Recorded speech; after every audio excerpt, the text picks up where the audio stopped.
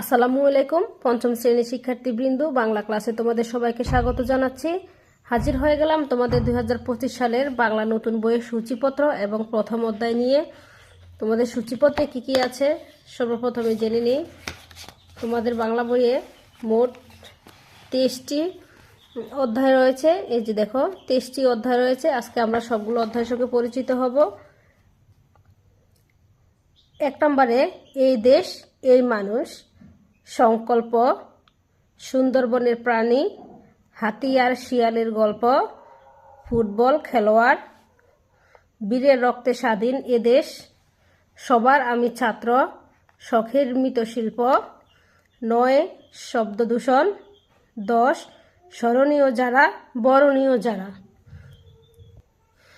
11 স্বদেশ, 12 কাঞ্চনমালা আর কাকনমালা, অবাক জলপান, 14 ঘাসফুল, 15 আমরা তোমাদের ভুলব না, 16 শিক্ষাগুরুর মর্যাদা, 17 ভাবুক ছেলেটি, 18 দুই তীরে, 19 বিদায় হজ, 20 জলপরি ও কাঠুরের গল্প, 21 নোলক, 22 কুমড়ো ও পাখির কথা, 23 দৈত্য ও জেলে। এই হচ্ছে তোমাদের বাংলা পাঠ্য বইয়ের সূচিপত্র। তো চলো আমরা প্রথম অধ্যায়টি একটু পড়ে নিই। কি আছে? এই দেশ এই মানুষ। এই দেশ এই মানুষ, সার্থক জনম আমার, জন্মেছি এই দেশে। কবির এ কথার অর্থ আমাদের সৌভাগ্য ও সার্থকতা যে আমরা এ দেশে জন্মেছি। বাংলাদেশের অধিকাংশ মানুষ বাংলায় কথা বলে, তবে আমাদের দেশে যেমন রয়েছে প্রকৃতির বৈচিত্র্য, তেমনি রয়েছে মানুষের ভাষার তেমনি রয়েছে মানুষ ও ভাষার বৈচিত্র্য। বাংলাদেশের পার্বত্য জেলাগুলোতে বসবাস করে বিভিন্ন জাতিসত্তার মানুষ। এদের মধ্যে কেউ চাকমা, কেউ মারমা, কেউ মুরং, কেউ তঞ্চঙ্গা ইত্যাদি। এছাড়া রাজশাহী ও জামালপুরে রয়েছে সাঁওতাল ও রাজবংশীদের বাস। তাদের রয়েছে নিজ নিজ ভাষা। একই দেশ অথচ কত বৈচিত্র্য, এটাই বাংলাদেশের গৌরব। সবাই সবার বন্ধু, আপনজন। এদেশে রয়েছে নানা ধর্মের লোক, মুসলমান, হিন্দু, বৌদ্ধ ও খ্রিস্টান। সবাই মিলেমিশে আছে যুগ যুগ ধরে। বাংলাদেশের এই যে মানুষ, তাদের পেশাও কত বিচিত্র। কেউ জেলে, কেউ কুমার, কেউ কৃষক, কেউ শ্রমিক, কেউ আবার কাজ করে অফিস আদালতে। সবাই আমরা পরস্পরের বন্ধু। একজন তার কাজ নিয়ে আরেকজনকে সাহায্য করে, গড়ে তোলে এই দেশ। একবার ভাবি কৃষকের কথা, তারা কাজ না করলে আমাদের খাদ্য জোগাতো কে? সবাইকে তাই আমাদের শ্রদ্ধা করতে হবে, ভালোবাসতে হবে। সবাই আমাদের আপনজন। আমাদের আছে নানা ধর্মের উৎসব। মুসলমানদের রয়েছে 2টি ঈদ, ঈদ উল ফিতর ও ঈদ উল আজহা। হিন্দুদের দুর্গাপূজা সহ আছে নানা উৎসব আর পার্বণ। বৌদ্ধদের আছে বুদ্ধ পূর্ণিমা ও প্রবারণা পূর্ণিমা। খ্রিস্টানদের আছে ইস্টার সানডে আর বড়দিন। এছাড়াও রয়েছে নানা উৎসব। পহেলা বৈশাখ নববর্ষের উৎসব। আবার রাখাইনদের সাংগ্রাই ও চাকমাদের বিজু উৎসব রয়েছে। আমরা একে অপরের উৎসবে সহযোগিতা করি। এই যে দেখো, কত সুন্দর ছবির মাধ্যমে দেখা যাচ্ছে একই উৎসবে বিভিন্ন শ্রেণীর লোকজন রয়েছে।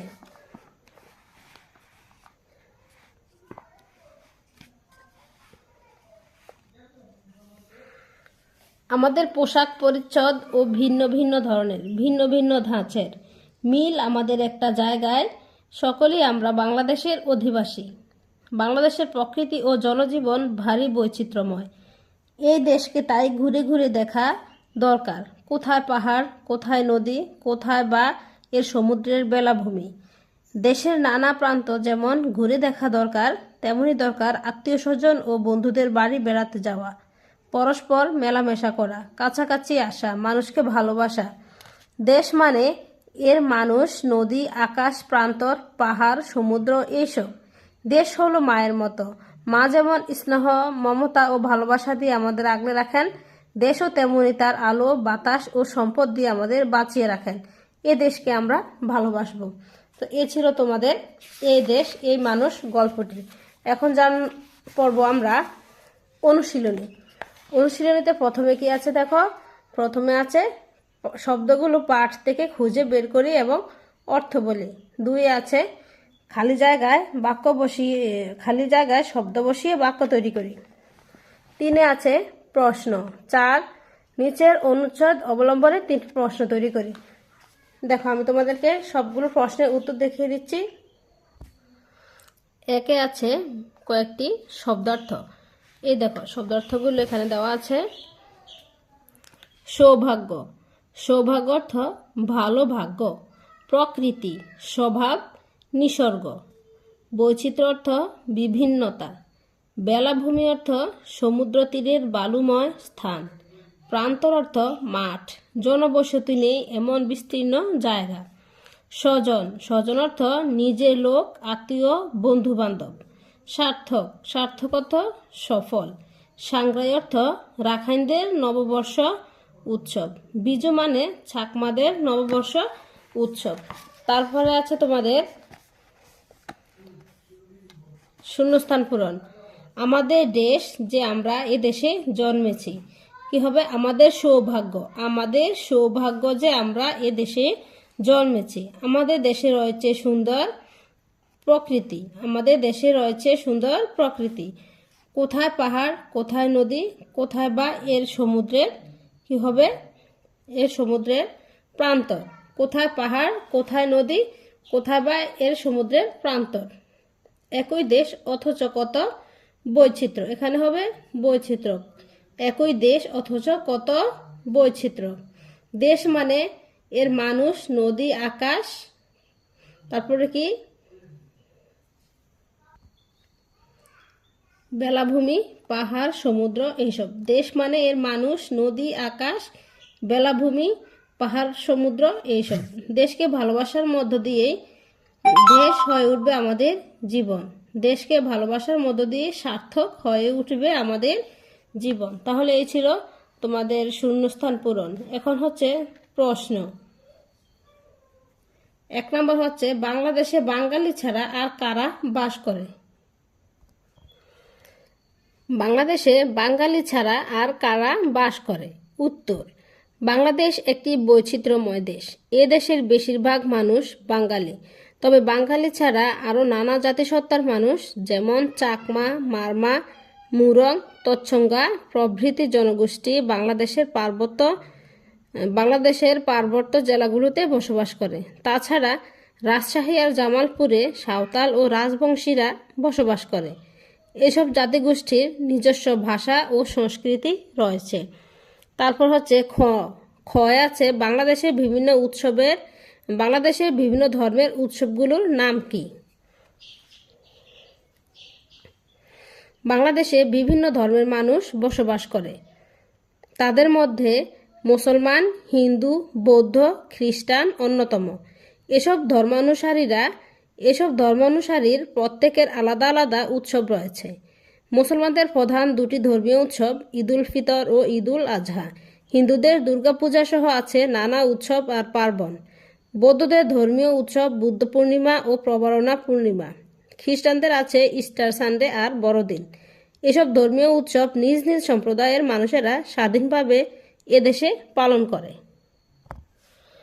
বাংলাদেশের জনজীবনের বৈচিত্র্যসমূহ কি কি? উত্তর, বাংলাদেশে রয়েছে বৈচিত্র্যময় জনজীবন। সেসব বৈচিত্র্যের মধ্যে রয়েছে প্রকৃতির বৈচিত্র্য, ভাষার বৈচিত্র্য, সম্প্রদায়ের বৈচিত্র্য, জাতিসত্তার বৈচিত্র্য, পেশার বৈচিত্র্য, উৎসবের বৈচিত্র্য, পোশাক পরিচ্ছদের বৈচিত্র্য। এসব বৈচিত্র্যের মধ্যে যেমন নিজ নিজ সম্প্রদায় ও জাতিগোষ্ঠীর স্বতন্ত্র পরিচয় প্রকাশ পায়, তেমনি প্রকাশ পায় এদেশের বৈচিত্র্যময় পরিচয়। ঘ হচ্ছে দেশ হলো মায়ের মতো। দেশকে মায়ের সঙ্গে তুলনা করা হয়েছে কেন? দেশ হলো মায়ের মতো, দেশকে মায়ের সঙ্গে তুলনা করা হয়েছে কেন? আমাদের দেশে রয়েছে নানা প্রাকৃতিক সম্পদ, নদী, আকাশ, প্রান্তর, পাহাড়, সমুদ্র। এসব সেই সম্পদের এক একটি উৎস। মা যেমন আমাদের জন্ম দেন এবং তার স্নেহ মমতা দিয়ে আগলে রাখেন, তেমনি আমাদের মাতৃভূমি তার আলো, বাতাস, জল ও সম্পদ দিয়ে আমাদের সবাইকে বাঁচিয়ে রাখে। মায়ের মতোই আমাদের জীবনে এদেশের ভূমিকা গুরুত্বপূর্ণ। এ কারণে দেশ হলো মায়ের মতো। একথা বলে দেশকে মায়ের সঙ্গে তুলনা করা হয়েছে। জেলেদের পেশা কি? তারা যদি কাজ না করে তাহলে আমাদের কি হতে পারে?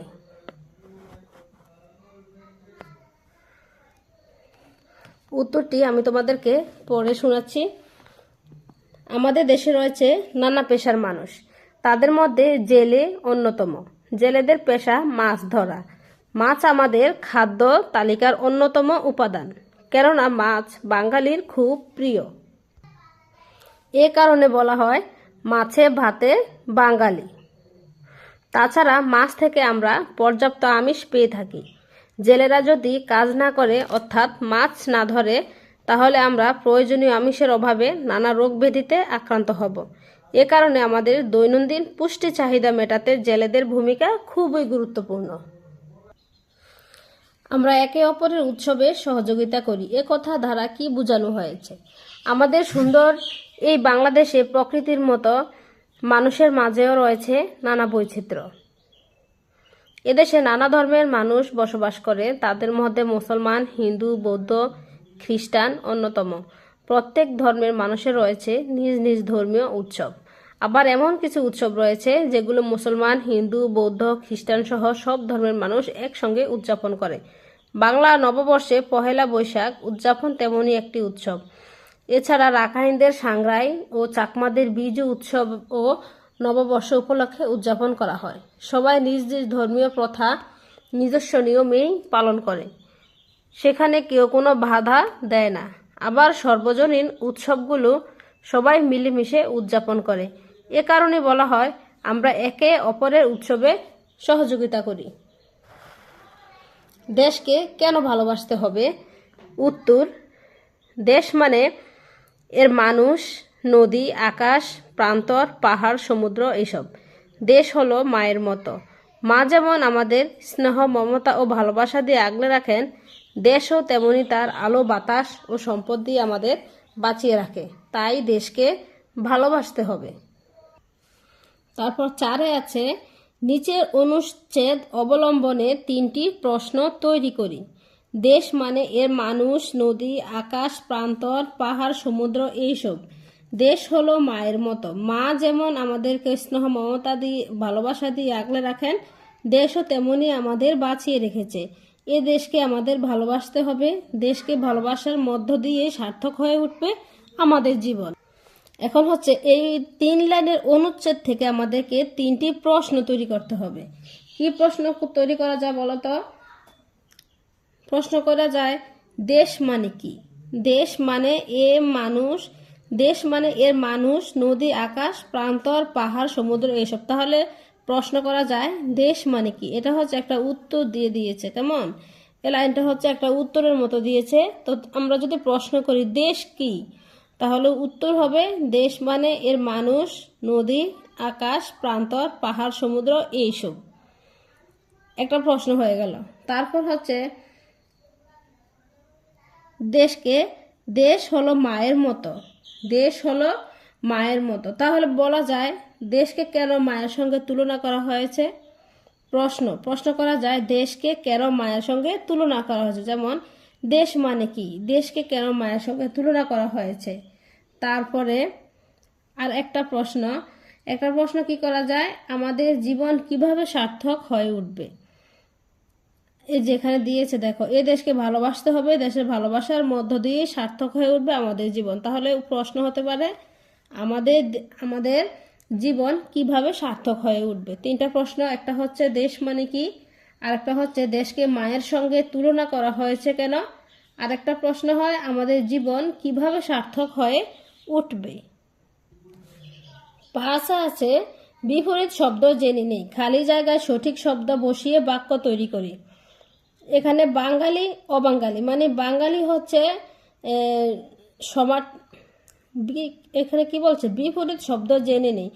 বাঙালির বিপরীত শব্দ হচ্ছে অবাঙালি, বন্ধুর বিপরীত শব্দ শত্রু, দেশের বিপরীত শব্দ বিদেশ, সার্থকতার বিপরীত শব্দ হচ্ছে ব্যর্থতা।